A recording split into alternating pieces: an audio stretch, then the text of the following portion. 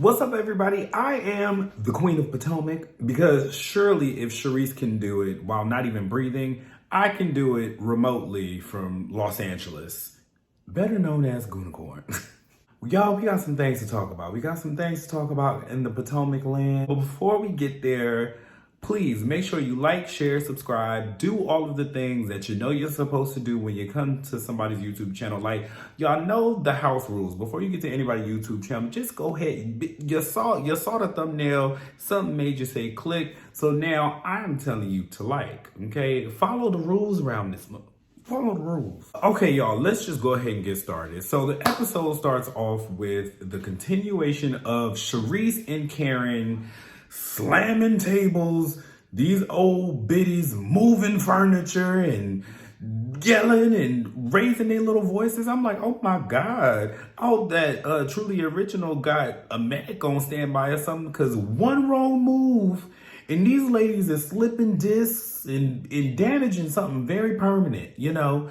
Like, we ought not to be having these elderly women doing so much. It's like you got a table full of young tenderonis.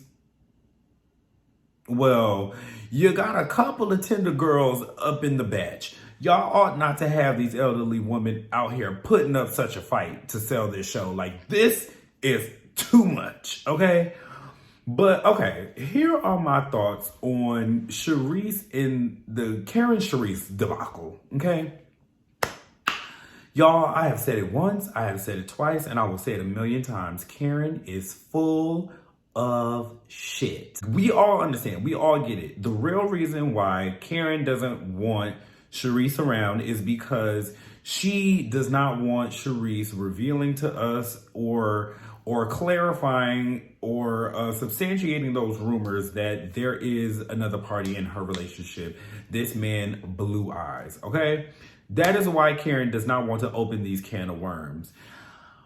But what Karen is a master at doing is deflection and doing fucking matrix moves and shit in order to avoid talking about the issue. That lady will do everything in her power in order to avoid a conversation about, you know, what it really is. And later on in the episode, when Robyn called her a bullshitter, she was not lying. Like, Karen is full of shit. But in how she used the death of her mother in this situation, to me personally, feels a little more egregious than what she's even accusing Charisse of. Like, she's trying to accuse Charisse of using her mother's funeral as an end to get back into this group, to be back on TV. And it's like, I don't see that. Like, I mean, the girls do a lot for fame or whatever. The girls do a lot. But to me, it just doesn't seem, that just seems like such a reach. The lady, like she said, like Gizelle said, she drove 4 hours to come to your mother's funeral. This was 4 years ago. She never really said anything. She said something, she mentioned it one time on camera or whatever, but also she did mention it after, I'm assuming, the passing of her father and the passing of all of these other family members. And I guess she was just expecting that you would show up for her in the way that she did for you. And all you did was send her a text. Now, mind you, Charisse tried to minimize the text that Karen sent her, but the text that Karen sent her was actually quite lengthy and actually quite heartfelt and sincere, which I also think that Charisse showing up for her in her time was also sincere. But let's take a little dive deeper into the tea. Okay, let's dig a little deeper into this, because I don't know if y'all noticed that she mentioned that nobody else showed up for her mother's funeral besides Charisse. Now, I'm not saying automatically that makes her a good friend. I'm not saying that or whatever. I'm just saying that not a single cast member on this show showed up to your mother's funeral. That gotta count for something, you know? But also, that to me tells me that the friendship that they are trying to portray that these women have is also very much fake. Nobody showed up to your mama's funeral. Not Gizelle, the friend that you've known the longest, the one that y'all have this great rapport and all this shit. Robyn didn't show up. You know she wasn't showing up if Gizelle wasn't show up. Ashley didn't show up.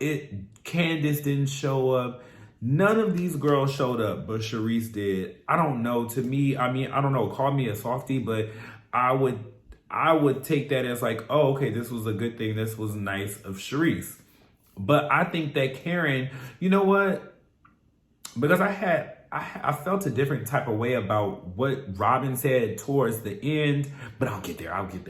And then so in the middle of their argument or whatever, they're slamming tables and breaking hips and shit. Charisse mentions that Karen went to rehab for her alcohol addiction or whatever, her quote unquote alcohol addiction, all alleged.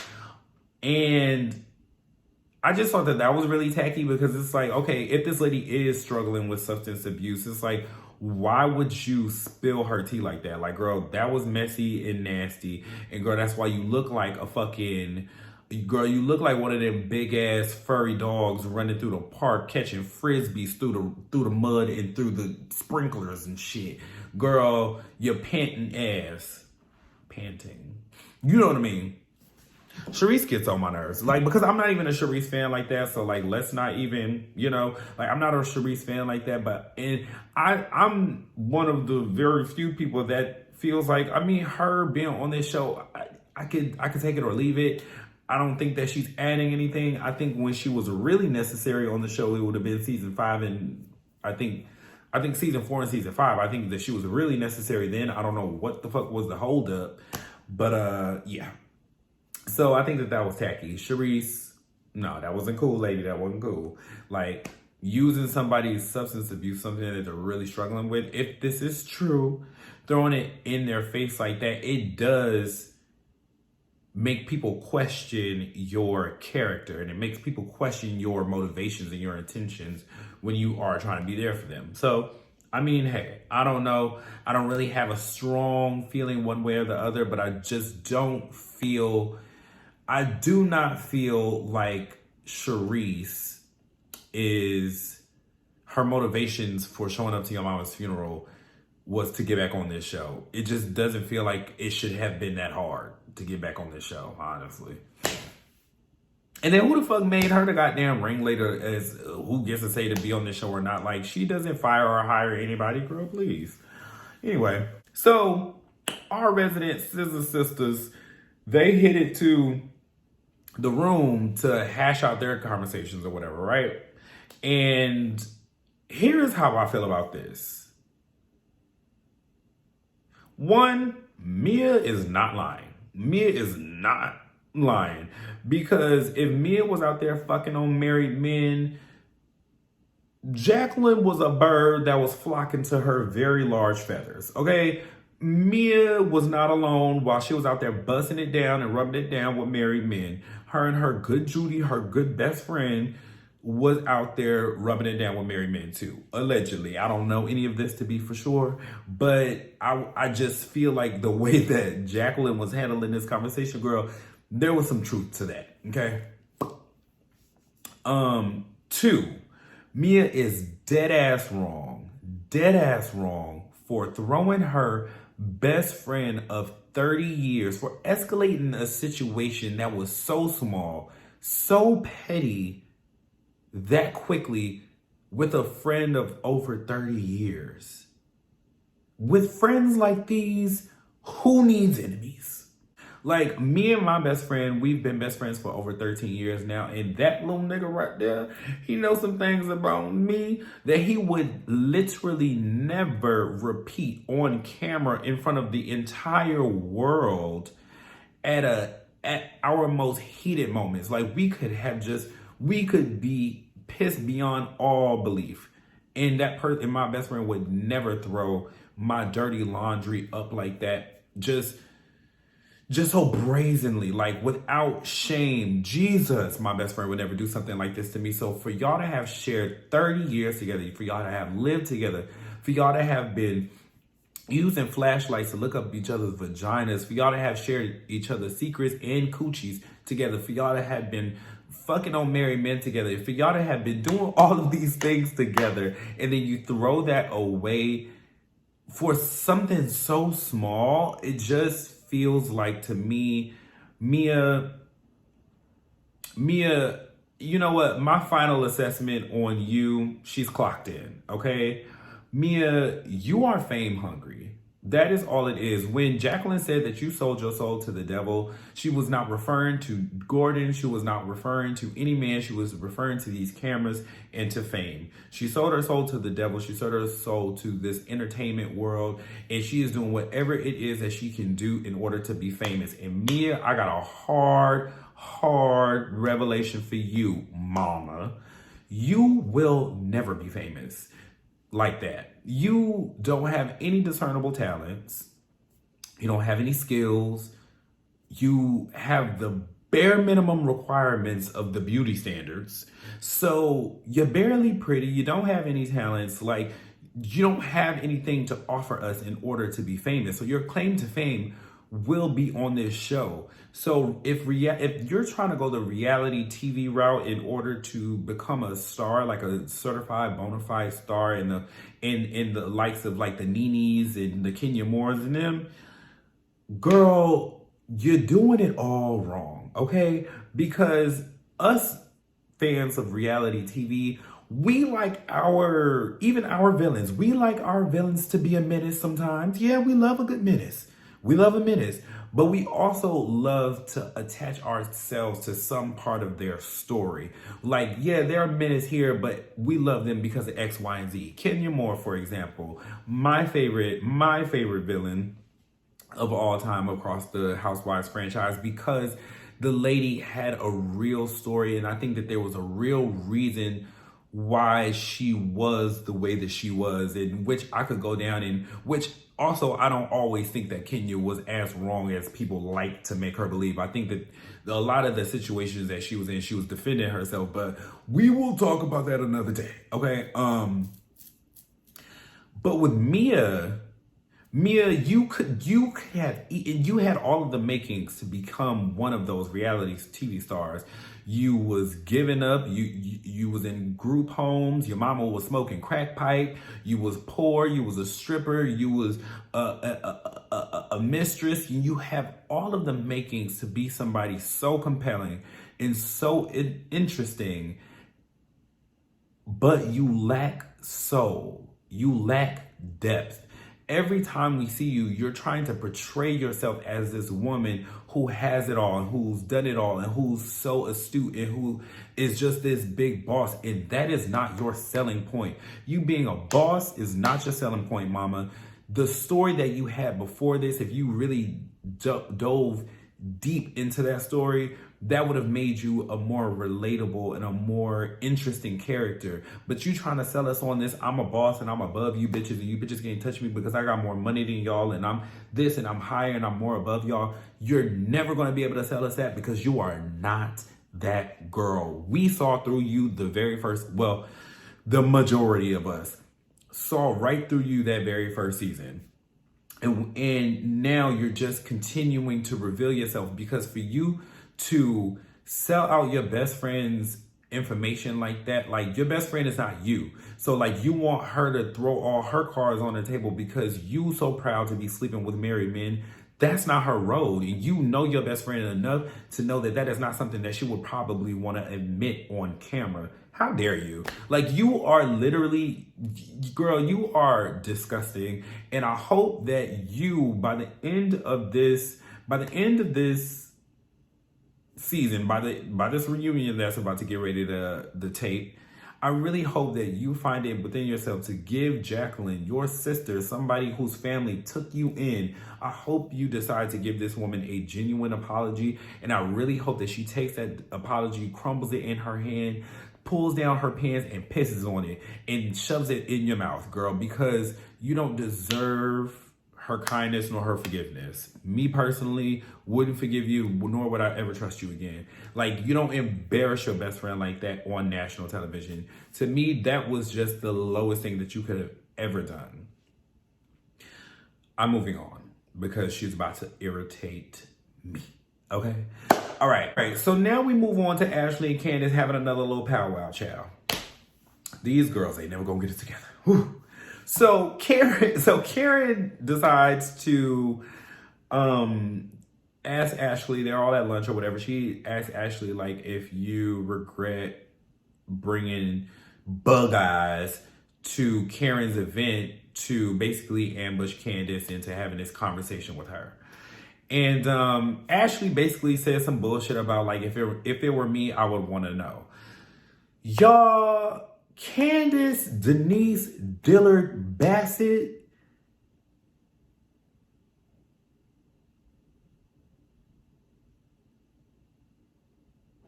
gave Ashley one of the most genuine, sincere, heartfelt reads in Housewives history. Like when I tell you this read cut deeper than if her own mother don't want her, then you know something wrong that Marlo Patrice gave. It cut deeper than we know her kids are her kids because they look exactly like her. Now what else is going on? Give by Miss Kid you more. This shit cut deeper than you don't know if your baby daddy will be an axe murderer or a rapist, because what you will know is that he needed $10 for a pizza, so $10 for a medium-sized pizza, so he ejaculated into a cup, so you can have a child. Now check that. This read cut deeper than all of that because one, it was not rehearsed. Two, it was sincere. Like this came from a very sincere place. It was like almost like a therapeutic assessment of the toxicity that damaged your spirit and colors the world that you live in, thrown in your face and bottled up as care and concern. Baby, Candice Dillard Bassett, mama, I mean, baby. She basically told this girl, like, you walk around being distrustful of other people or being distrustful, and you think that everybody else's relationship is shrouded in mistrust and pain and heartache, because that is what you have gone through. I don't know that life, baby. That's not me. That's not my situation. What ain't that what Jordan Wood said? She said, I don't want your situation. I'll eat, mama. She basically said, like, girl, that's not my situation. I want what I have for you.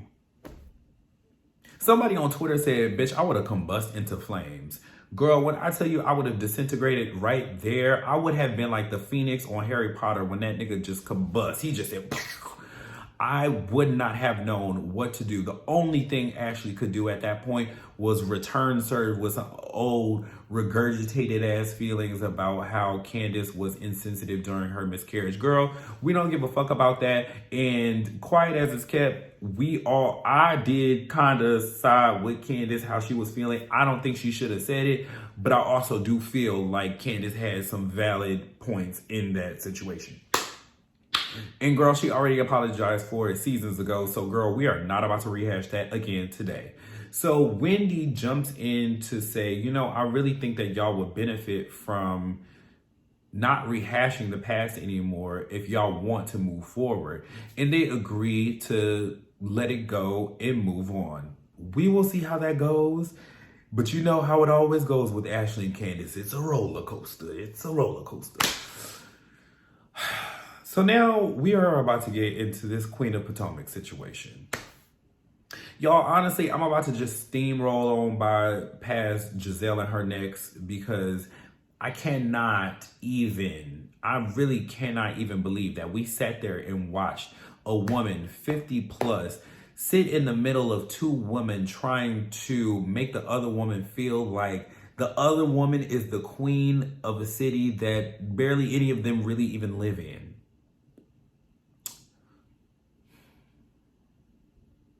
I can't even begin to tell you how disappointing that conversation was. So we're just going to move past the Gizelle part of this and skip right on to where Robyn finally started to make a bit of sense. She has some sense, okay? And we'll get there, okay? So Robyn decides to jump into the conversation and basically call Karen out and say, girl, you full of shit. You are a bullshitter and everybody's going to see you for who you are. Mama, newsflash, we've already seen. It just so happens that the fans of the show really just don't care because you and your best friend are ultimately less likable than somebody who lies for a living and who skirts around conversation for a living. Like, you gotta really check out yourself in order to, you gotta like really look at yourself in the mirror and be like, God damn, y'all hate me more than y'all hate her and all she did was lie? Jesus. We gotta call a thing, right? So Robyn did not lie when she said that Karen's a bullshitter. She is. We all know that. It's fine. But here's what I'm not buying. I am not buying that Karen is holding on to this grudge with Charisse because Charisse is the real socialite and philanthropist of Potomac. That to me does not make sense. Honestly, that to me makes less sense than what Karen was saying. And it's like, if I wanted to feed into that, right? I could say that, okay, maybe Karen envies Charisse's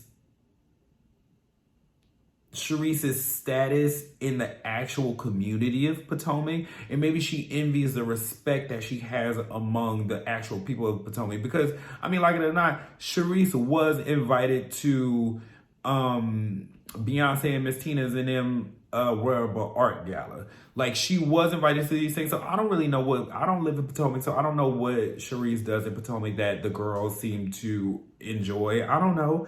But Karen is that girl on this platform. So it's like, okay, if they could explain it correctly, this would be the only way that I could get it, right? If Karen is like well established on this show and Charisse coming on this show disrupts the image that she portrays, I can get that. And maybe that just threatens Karen's sense of like worth on this show. Maybe if we're stretching, but I just don't see none of that. I don't see none of that because worldwide, outside of Potomac, Karen is the fan favorite and she is known as the Grande Dame. Charisse is nobody to us. People don't even want to see her on the show. So I don't know. I don't get it. It's like, how hard is it for Charisse to really be on the show when everybody else is friends with Charisse besides Karen? Like, does Karen hold that much weight? I don't know. This shit is confusing to me. It is confusing. And Karen rightfully was just like, y'all got it. Y'all have it out because I'm not talking about this shit no more. Say whatever it is that you want to say. And Robyn continues to say what she wants to say. And I mean, I don't totally disagree with her. But where I do disagree with you, Robyn, is when you went in your confessional and said that Charisse is a human being. Why can't you just get over whatever it is that she did to you? Oh, that's rich. Because aren't you the same woman who's been holding on to some dumbass grudge that you had with Wendy from past weeks? Girl, get a grip. Them large ass shoulders, bitch, get a grip. Sorry. Them large ass shoulders, girl, get a grip. Okay? Get a grip. So then Robyn said something like, Karen apologizes to the table. Then Robyn is like, so you can't apologize to Charisse? I don't like that. And then Candace, girl, I don't really like how you popped into the scene stuttering and shit. Like, if you gonna sit in the producer seat, mama, get comfortable, okay? Because, girl, I don't need you stuttering around conversation, girl. Be a producer with vigor. You may lack a lot of things, and height is one of them, but you do not lack vigor, mama. You don't. So let's make sure that next time you clear your throat before you want to step in the producer's seat talking about, well, I'm a little triggered that the margarita thrown at the face. And anyway, so Candace brings up how Mia apologized to the group, but not to Wendy specifically for throwing the drink at her. So then Mia says, well, I'm not sorry to her right now. And then Wendy, I'm not even going to take a lot of time on this because Wendy...